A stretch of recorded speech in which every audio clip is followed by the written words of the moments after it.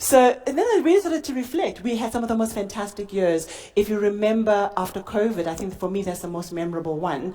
And we really had to start thinking about who we were and what we were called to do. So I don't know what your thoughts are on reflecting on the years that was. Well, it's nearly firstly, thank you for coming back and welcome to everybody. It's great to see such a full house. I think we've got an all-time record, at least in the last 10 years, of registrations for today, and it's been amazing. And well done to the team for putting it all together, and particularly to all of you for being here. Hopefully it's going to be a great day today. Thank you. But to answer your question specifically, if we look back over the last 5 or 6 years, when I started this job, I actually had hair, it's like your color, even though it's a little bit like mine. But, and this is what it's done to me. And you can even see the picture up there. But the problem is that we've had, as an industry or as a company, we've had a really, really difficult couple of years. We've had an industry that's been struggling with inflation. We've been struggling with load shedding. We've been struggling with political uncertainty. But I think we are slowly getting through it, and we are slowly growing as an industry. And if you look at those dim, dark days after COVID, when we, as a country, were struggling, and I think it's coming back slowly, and hopefully with the GNU and with the hope that we're seeing coming out of the recent elections, that will translate into something that is positive. And if it's positive, it means growth, and if it means growth, our industry will grow along with all the others, and hopefully better than the rest of the industry. And I think it is important to note that things are getting better, right? But we've also seen some really interesting things, crazy things that we never would have thought. We saw the uprisings to a scale we've never seen during our times. We saw the pandemic. We saw, again, a global market that affects South Africa's market tremendously. We're having really big challenges. It's difficult to say, should we be very hopeful or should we be cautiously hopeful about the future? You're putting me on a spot here.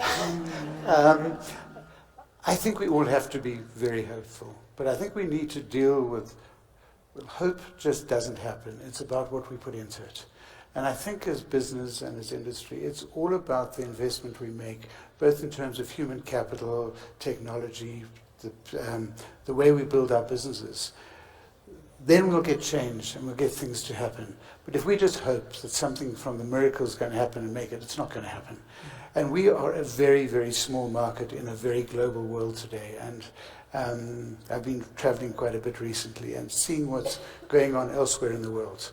We've got a long way to go to catch up. And I think the last 10 to 15 years in South Africa has pushed us backwards at a very rapid rate as a country and then as an economy as well. With 0 to 2% growth over the last 5 or 6 years, with inflation sitting at where it's been in this country, we've gone backwards. And to get going forward, we need to get 3, 5, 7% growth. India is running its 8% sustainable economic growth at the moment, and it's just leapfrogging us and all those countries. And if we want to show growth in Africa, we're going to have to get that growth. Africa is the only continent, maybe other than South America, it's going to show population growth. But you can't have population growth and zero economic growth, because it just leads to more people having less, the rich getting richer and the poor getting poorer. And it's going to have a large negative impact. And so we see it in South Africa with the influx of economic migrants coming south, with unemployment, lack of jobs, lack of economic growth. And without the investment in knowledge and technology, we can't keep up. And that's the message that I'm seeing. But I think if we look at the India case, they're doing a lot of things right. Somehow they're able to differentiate between what government does and what businesses do, and it's a hungry economy with a lot of people. And I look now at the government of national unity, and I'm wondering if, and this is a discussion that we're going to have a little bit later on. Zinhle, the CEO, is going to be hosting it as well with Business Panel. But how does government need to rethink how it engages businesses and how it delivers what it needs to deliver, and lets go of what it does not need to deliver? And I might be planting a question for you, but India is not delivering for citizens. Citizens are delivering for citizens. And I believe that that's a model that really works.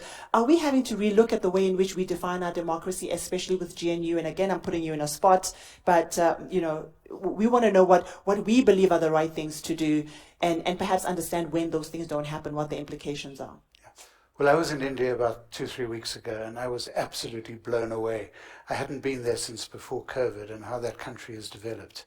What I found most fascinating was that they are opening 27 kilometers of new highway every day in India. And they're doing 11 kilometers of electrified railway a day.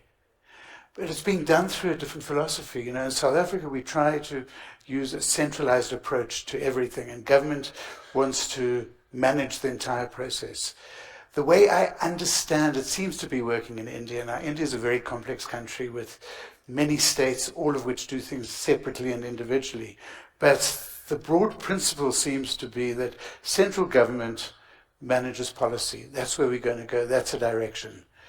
The state government and the local authorities manage delivery, and they don't do the delivery. No government in India actually delivers anything. They've outsourced it all to private enterprise. And so how do they build 27 kilometers a day? Instead of giving one contract for, let's say, 200 kilometers of road, they'll do 20 people at 10 kilometers each. And the local authority manages the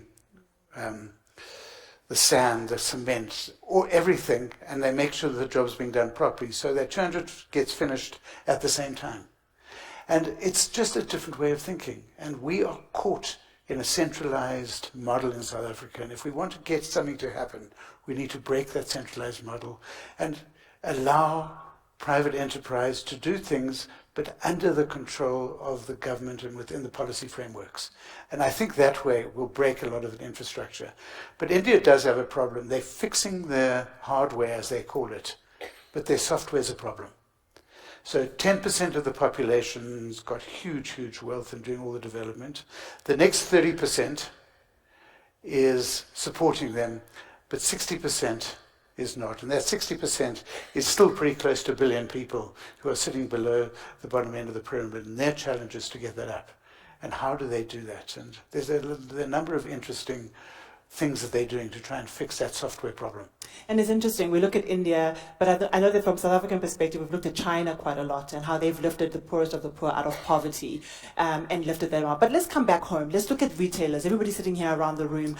What is it that is within our power to impact our communities positively and the people around us? Every single one of us touches a few people every single day at work. How do we start to think about ourselves and the role we play as citizens for a better South Africa?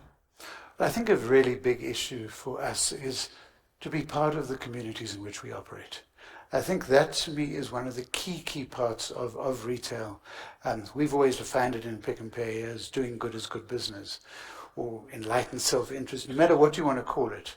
But if you think about it, we have a power, not only retailers, but all of us in our small and large businesses around where we operate. We can look after the litter, so we can make sure the areas around us are clean. The companies that we deal with, that they're cleaning up. We can look after the water. We can make sure that we've got water by either putting our own water systems down or working with local authorities to fix it. We can work on getting the sewerage right and fixing the potholes. Now, potholes to me is probably one of the most important, because if you don't fix the potholes, you can't get the trucks in. If you don't fix the water, you obviously can't run your businesses. You look at